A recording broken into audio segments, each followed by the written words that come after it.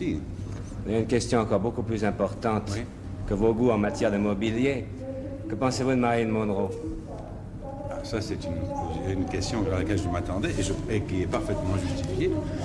Je trouve que Marilyn Monroe est une fille extraordinaire et que c'est une fille extraordinaire. C'est un sujet, comme dit Janson, dont on n'a pas fini de faire le tour. Comment? C'est un sujet, comme dit Janson, dont on n'a pas fini de faire le tour. Oui, il a raison, Henri. Mais qu'est-ce qu'elle a? Est-ce qu'elle a vraiment du caractère?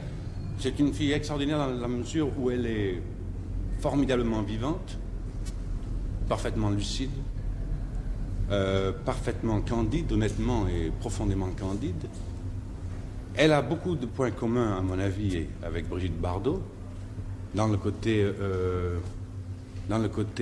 femme-enfant. Mais elle a, à mon avis, une santé peut-être un peu plus forte que Brigitte, bien que je ne connaisse pas très bien Brigitte Bardot. Elle a un côté, comme disait ma femme, elle a un côté paysan. Et c'est pas péjoratif dans la bouche de ma femme, lorsqu'elle dit que Marilyn Monroe a un côté paysan, dans le côté très sain et très fort. C'est-à-dire, pour faire ce métier, il faut avoir un système nerveux très fort, sans quoi vous êtes balayé comme rien, n'est-ce pas? Vous dites que c'est une femme enfant, mais elle a quand même quelque chose que Brigitte Bardot n'a pas, c'est qu'elle a épousé Arthur Miller. Elle a épousé Arthur Miller, oui. Oui, mais je pense qu'il est difficile de rencontrer des Arthur Miller à chaque coin de rue aussi. C'est Arthur Miller qui est influencé par Marilyn Monroe, alors plus que le contraire. Je crois qu'ils sont influencés tous les deux, à mon avis. Je crois. Maintenant... Enfin, ils ont l'air de s'aimer beaucoup. Oui. C'est un couple intéressant, en tout cas. Oh, d'ailleurs, c'est très bien parce que vous êtes arrivé à Hollywood et vous êtes tout de suite tombé sur eux. Vous n'avez pas perdu de temps à traîner à droite et à oui, gauche. Quand on avait des nouvelles de vous, c'était par ce couple, à travers ce couple, que nous, justement, nous aurions envie de connaître si nous étions allés à Hollywood. Écoutez, vous n'avez pas connu qui je veux dire. Mais eux, vous les avez bien connus, vous étiez sur le même palier. Oui, oui, vous les ai bien connus. Ensemble. J'ai connu d'autres gens aussi très bien, mais j'étais très content de connaître surtout Miller et puis Marilyn Monroe. Je dois vous dire qu'il est probable, je n'affirme rien, il est probable qu'ils viennent d'ailleurs l'hiver prochain à Paris, peut-être en décembre prochain. Je suis pas sûr. Il faudra nous les amener. Ah oui, ça comptait sur moi. Parce que je crois, dans le fond, ce qui est important pour bien se sentir le contemporain d'une époque, c'est pas de connaître beaucoup de gens, c'est de connaître les 10 personnes qui sont intéressantes. Oui, je crois aussi. Il faut connaître Jean Rostand, il faut connaître Jean Cocteau, il faut connaître Marilyn Monroe.